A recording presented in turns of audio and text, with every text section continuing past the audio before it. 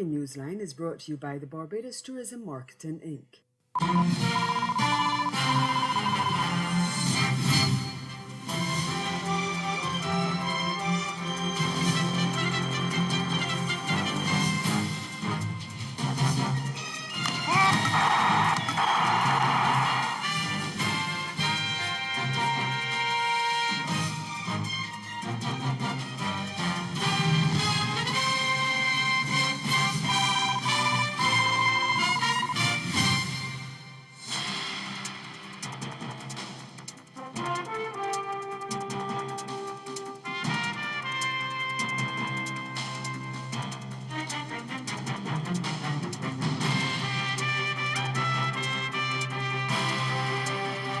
Former Barbados Prime Minister to advise the party he once opposed on a way out of the country's economic troubles. I'm Nicole Best, and this is Caribbean Newsline for Wednesday, March 1. From the CMC News Centre in Bridgetown, I'm Nicole Best. Good evening and welcome. Even before he is officially named as government's new chief economic advisor, former Prime Minister Owen Arthur is warning the country to prepare for difficult adjustments. Arthur, who resigned from the opposition Barbados Labour Party in 2014, confirmed to the online newspaper Barbados Today that he was approached by Finance Minister Chris Sinclair to serve as chief economic advisor on government's restructured National Economic Council. On Monday, Sinclair announced that a council of economic advisors made up of experienced Barbadians was being established, but he did not identify who would be on the council. Arthur says the country is running out of time to make badly needed adjustments, and he says whatever else happens now, there is no basis for serendipity, and the country has to be prepared for the fact that very difficult adjustments have to be made. And he says that it will affect the way of life and standard of living of many people in Barbados. And in anticipation of questions from the BLP and the public about why he would assist the ruling Democratic Labour Party, Arthur said the issue is bigger than party. He noted the noted economist who led the country for 14 years and has been traveling the region for the past several months, giving advice to other countries on economic matters, says he could hardly refuse his own country's appeal for help. Possibly, therefore, be given advice to other people and say no to a good and honest overture to me to give advice to the government of Barbados. So, yes, I can confirm that I have been approached by Mr. Sinclair. Yes, I can confirm that I told him that I would be willing to serve. I just want to say this now. Yesterday, having heard what Mr. Sinclair said, has raised a number of concerns to me. It won't stop me from serving, but there are a number of concerns. First of all, I'm now made aware from discussion with some of Mr. Sinclair's colleagues that while Mr. Sinclair has confirmed, has approached me, he has not approached his cabinet colleagues. And to have something like this work successfully and not be a botched job, Chris has to consult with his colleagues. Staying in Barbados, now there are concerns the country's fishing industry could collapse if it remains unregulated. The worry was expressed by Permanent Secretary in the Ministry of Agriculture and Fisheries, Esworth Reid. He was speaking with local media on the sidelines of a working group meeting on illegal, unregulated and unreported fishing. Reid told reporters that 30% of open water fishing is unregulated and that important species can be endangered. i.e. irregulated fishing. It could erode or it could actually wipe out many species of fish that we have.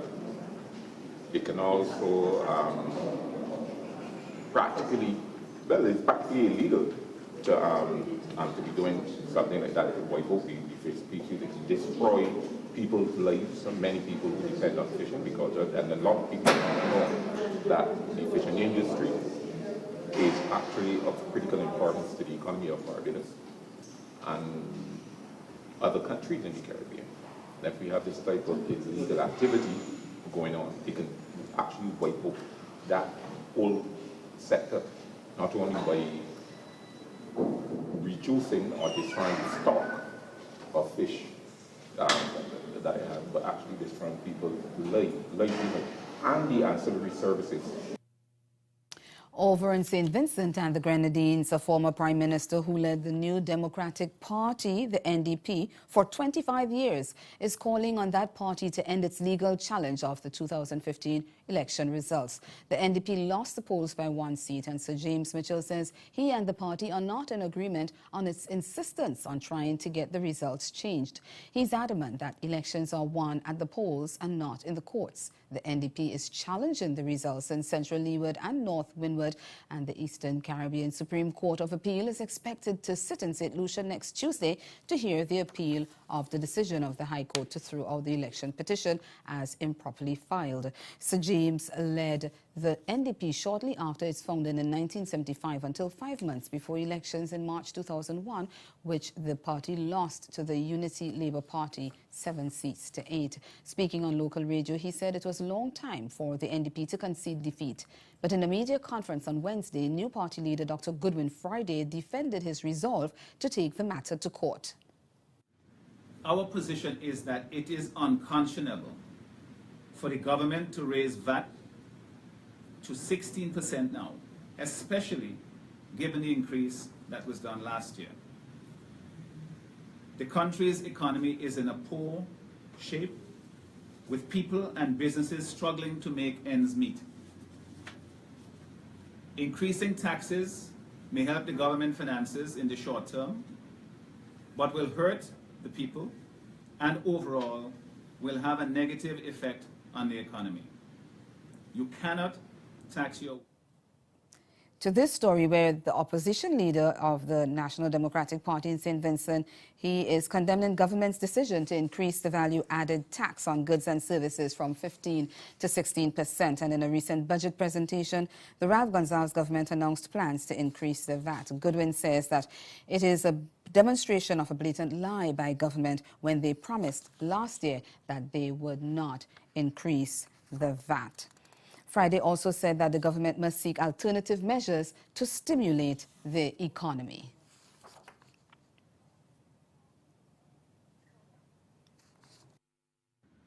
Greater effort must be made by the government to stimulate the economy, which will ultimately benefit government itself through increased tax collection and will also improve the lives of our people. Moving on to Guyana now, Guyana's main opposition People's Progressive Party, the PPP, is promising that if it wins the next general election, it will reverse all the taxes introduced by the current government. It is also giving some assurances to workers in the country's important mining sector. Opposition leader Barrett Jagdeo made the promises as he accused the David Granger administration of bringing hardship on the people of Guyana. He says the PPP is committed to removing that burden. Is why I can speak with great certainty because, under the leadership of the party, we have debated these matters and we have concluded that they will be reversed. Opposition leader and General Secretary of the PPPC, Barrett Jagdeo, speaking at a press conference on Monday at the party's headquarters, Jagdeo asserted that it is the position and fundamental belief of the party.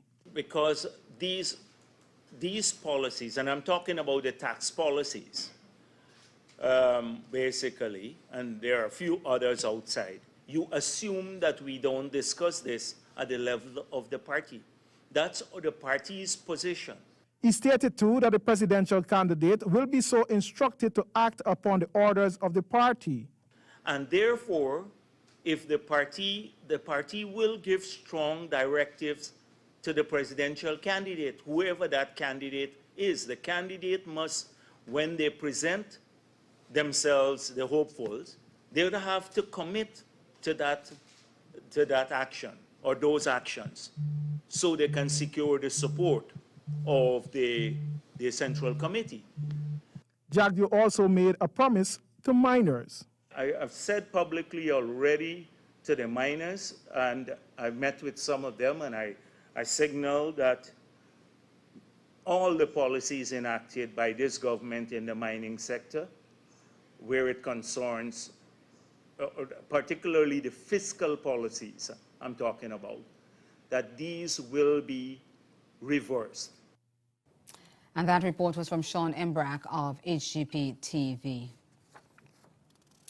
A report ordered on issues in Jamaica's Department of Correctional Services. We'll be right back after the break. At the 50th edition of Antigua Sailing Week. Not a sailor, not a problem. Chase the race from the best beach locations and party in the ocean. On our beaches, a different one each day. Take a drink, take another. Hula, play, dance in the sand. Dance to reggae, to soca, to the beat of your own drum under the moonlight. 7 beach days and party nights. Come play at the 50th edition of Antigua Sailing Week. April 29th to May 7th, 2017. Are you up for the challenge? Straight out of the bodacious and beautiful culture of the Caribbean comes a music and talent competition like no other. Brace yourself for the exciting, entertaining, extraordinary, and new reality docuseries, Icon of the Islands. The story begins in the breathtaking backdrop of the U.S. Virgin Islands. Every year, this is where a wide and diverse range of contestants of all ages and backgrounds audition for a wildly popular and prominent local talent competition. And the ultimate goal for each contestant is to win. I already have my favorites, but my favorites may not prevail tonight. Some moments will bring performers to their knees, while some performances will bring fans to their feet. Get ready to see which star will be the last one shining in the spotlight as the stars align this season on Icon of the Islands.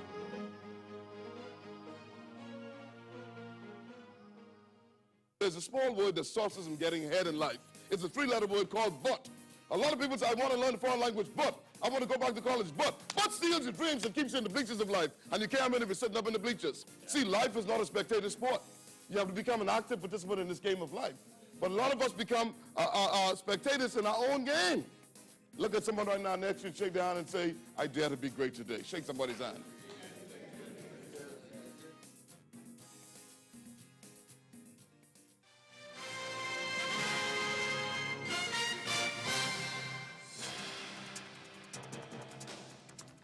Welcome back. Jamaica's Department of Correctional Services now has less than 24 hours to prepare a report outlining all the issues facing the system, including allegations of unauthorized recordings by inmates. Minister of State in the Ministry of National Security, Pearline Charles Jr., on Tuesday gave the Correctional Services 48 hours to provide the information, following the announcement of several measures aimed at increasing security at penal facilities. This was in reaction to widespread reports that some inmates, including popular dancehall artist Vybz Kartel, who is serving lifetime sentence for murder, were recording music in prison without authorization. Opposition spokesman Culture and Youth Lisa Hanna was last week the subject of death threats after she suggested that Kartel and other artists who are imprisoned should not have their music played on radio while they are behind bars. But Charles told local radio station RGR that his request is to address the wider issue of breaches of rules, not specifically the Vybz Kartel issue. The issue is way beyond any one person. It is just a general deficiency. And so I've asked for a report in relation to the general deficiency, and it arises from the meeting I had yesterday, which included the commissioner, the deputy commissioners, it included DCP Blake from the JCS, the person in charge of search, the director of security, the head superintendents for the institutions that are relevant to these issues. And I've asked everybody to bring to me the solutions, the recommendations, the challenges within 48 hours. Over in Trinidad and Tobago, Carnival is officially over, and the acting police commissioner says he's pleased with the work of lawmen over the season. There was one murder, numerous stabbings and shootings, and acting commissioner Stephen Williams says he believes that citizens can stop all crime. Cindy Ragubar tells us more. Despite a murder, multiple stabbings and shootings tainting Carnival Monday, the top cop has said through heightened police presence, they have been able to minimize crime during Carnival celebrations. To an extent, it has been minimized, separate and apart from those few incidents. Every single carnival, as you would well appreciate, will have incidents. It's a large gathering of people, and you have people with different purposes. When you minimize the levels of crime, I would say that that's reasonably successful, and we have done that. We have minimized the levels of crime. National Security Minister Edmund Dillon admitted more can always be done, and Williams called for citizens to care for one another as they have the power to stop crime. And the citizens can't stop every single crime because it's citizens who commit the crime. So if we can reach out to the public and say we need to be caring for each other, we can in fact stop all the crime, not necessarily by the police, but by the citizens, because the crimes are perpetrated by the citizens. Last year, Japanese panist Asami Nagakiya was found murdered as the country woke up on Ash Wednesday, still clothed in her costume. The commissioner says there is still hope as investigators continue to pursue the case. Well, the investigators continue with the investigation. We have not closed that investigation. We continue to pursue it. As you would see in 2017, we have been solving crimes from 2015, 2014 because the officers do not stop investigating. He says Carnival 2017 has been reasonably quiet and hopes it can continue that way.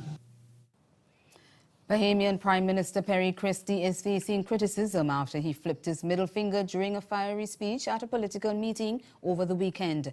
He made the gesture while sharing with his supporters how he had responded to an allegation leveled against him. According to reports, Christie told the crowd, which included children, that a man he described as a lunatic had challenged him to admit that he owned a particular condominium. And sticking up his middle finger, the Prime Minister said, "This is what I told him." But it has not gone down well with some religious groups, and they are calling on the Prime Minister to apologize. And ahead in Newsline Sport, a director of Windies Cricket warns there will be no quick fixes for transforming the regional squad into a world-class side. Stay with us. Sport is next. Round Hay Pharmacy now has 2 locations to fill your prescriptions promptly and efficiently. Our branch at One Accord Plaza is open daily, including Sundays and bank holidays. Also, check out our new drive-through location at Warren's Healthcare Complex in Michael, the first and only drive-through pharmacy in Barbados. For more information, call Round Hay One Accord Plaza at 421-7863 and our new drive-through branch at Warren's in Michael at 424-5574.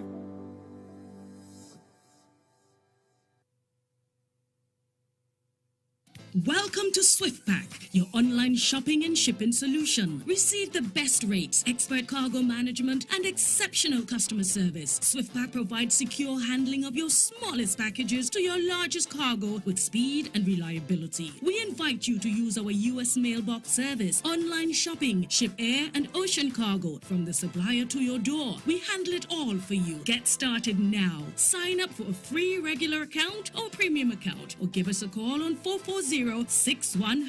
SwiftPack. You shop, we ship, you save. The Jonkono's fife, the rhythm of the drum, the strum of the pan, the lilt of the voice from island to mainland. All pigments and tones, old and young, his and hers, all we are one. You, we, me. This is UE TV.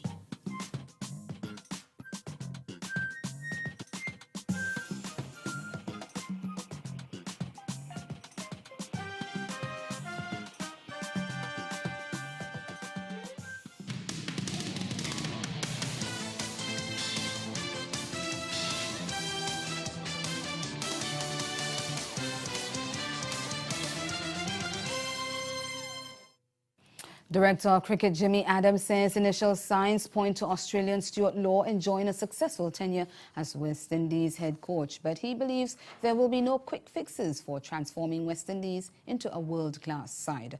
The 49-year-old Jamaican said although he was yet to communicate extensively with Law, the former Bangladesh coach was already making the right overtures with the team, which would be critical for the future. Both Adams and Law were recently high-level appointments, with Adams taking up his role in mid-January and Law starting his tenure just under 2 weeks ago.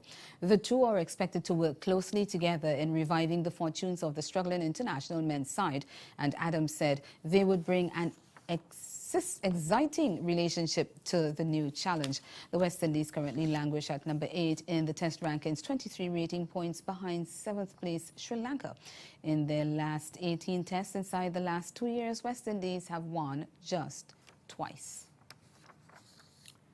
Still in cricket, Marlon Samuels failed again while captain Darren Sammy was left stranded at the other end as Peshawar Zalmi suffered a last-over heartbreak in a one-run loss to Quetta Gladiators in the first semi-final of the Pakistan Super League in Sharjah on Tuesday. Set an imposing 201 for victory at the Sharjah Cricket Stadium, Zalmi pulled themselves off the ropes at 3 runs for 2 wickets in the second over to be within touching distance of victory at 194 for 6 heading into the final over. Sammy was kept scoreless off the first ball. He later watched helplessly from the non-strikers' end as Jordan Wahab and Hassan Ali perished to first ball ducks the last 2 via the run-out route as Zalim's chances of a spot in the final slipped through their grasp. Here's a look at the final over.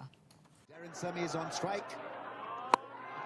That's gone up in the air and beats the fielder, who pushes it into the fence. Oh, misses the ball. Oh, it's gone. It's a cut behind. He's walking. What a tremendous result. And Sir Vivian, once again, is hopeful. Oh, he's gone. He's run out. Safraz has the presence of mind ready to remove the bails, and drama continues to unfold. It's Mahabrias. Taking Mahabrias back to the dugout. He's out. Here we go. Hanson. Oh, magnificent victory by Gladiators. They pulled off a sensational win. And it's Nawaz who's given them the ticket to the final. Sammy finished on 11 not out. Switching to football now, CONCACAF has opened an office in Jamaica's capital, Kingston, in a move the Confederation says will help enhance governance for all its members. The Continental Governing Body for Football in North, Central America and the Caribbean said it had identified Jamaica as a strategic location which would help to streamline the operations of regional competitions while facilitating engagement with key stakeholders, including federations, partners, government and fans. The office, which will be headed by CONCACAF Caribbean Football Director Jamaican Horace Reed, will be the second to be opened outside of the Confederation's headquarters in Miami, Florida, with one already established in Guatemala. CONCACAF said it plans to triple its investment in Caribbean competitions throughout the coming year, and the Kingston office would help administratively in that regard. The office will be up and running this month.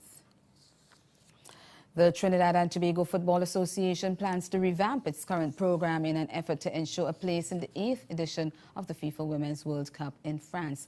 TV6's Sergio Dufour spoke with the TTFA president about the plans and filed this report. Women Warriors going through the paces under coach Carolina Morache, who was fully involved in showing them how to get it done right. They were also working under the watchful eyes of President of the Trinidad and Tobago Football Association, David John Williams. He explained the purpose of the drills. I think the girls have responded good. So our intention to contract players directly to TTFA to give the women a good chance of qualification for France 2019. But more than that, we're going to overhaul the women's program. We're going to do from grassroots primary schools right up to senior level. Williams said Coach Morache will lead the charge in the overhaul of the women's program. He also added that they have intentions to train some new coaches as well. Let me add that we are using local coaches to understudy her in this women's program, as well as the girls within the team who will be contracted will be able to take these courses so that the women's program and the longevity of the game in women's football is going to be well taken care of in Trinidad and Tobago. It's early days yet for the Women Warriors, who look ready to put what they learn in training to the test. And Grenada will not have to wait too long to know who will be the next technical director for the Football Association. That's according to President Chenny Joseph, who explained that they are now down to 3 applicants from the 23 who had been interviewed for the job. We advertised the position for a technical director. We received about 23 applications. I'm excited that the majority of applications came from England, Germany, very, very qualified, very tested, very professional, and very experienced applicants. In the meeting of the Technical Youth and Development Committee yesterday, we were able to examine all 23 applicants, and we have moved on to a short list of. The new technical director will replace Trevor McIntosh, who resigned in January after 1 year on the job. McIntosh's resignation came after he received a poor performance evaluation by the GFA. Joseph also outlined what is expected of the new technical director. Sean Bridgemohan conjured up a double in New Orleans on Tuesday in what has been an otherwise disappointing season as he took some of the plaudits off the 9-race card at Fairgrounds. And yes, we're talking horse racing. The 37-year-old, who has endured an underwhelming campaign, scored in race 4 aboard Longshot Pungiality before returning to win in race 8 with favourite Hanoi. He opened his account when he stunned the punters by making virtually all the runnings with 37-1 outside of Pungiality to beat the 4-year-olds and upwards by 1.5 lengths. Bridgemohan's second victory came over 6 furlongs when he carried 6-year-old Baymare Hanoi to a dominant 5-length victory over the 4-year-olds and upward fillies and mares. Bridgemohan lies 7th in the jockey standings with 33 wins, well behind runaway leaders Florent on 74, with Robbie Alvarado second on 45th. And that's the sport. Stay with us. We'll be right back.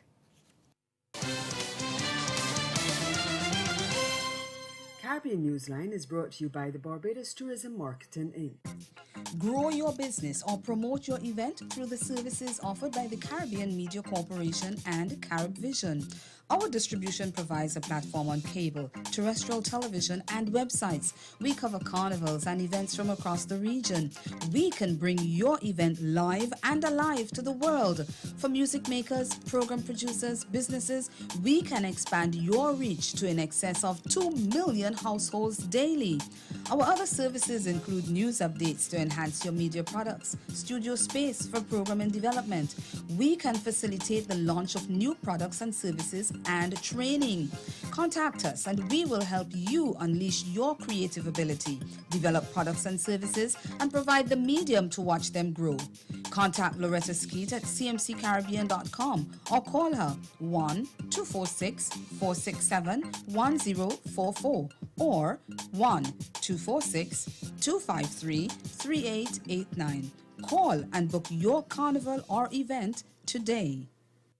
Round Hay Pharmacy now has 2 locations to fill your prescriptions promptly and efficiently. Our branch at One Accord Plaza is open daily, including Sundays and bank holidays. Also, check out our new drive-through location at Warren's Healthcare Complex in Michael, the first and only drive-through pharmacy in Barbados. For more information, call Round Hay One Accord Plaza at 421-7863 and our new drive-through branch at Warren's in Michael at 424-5574.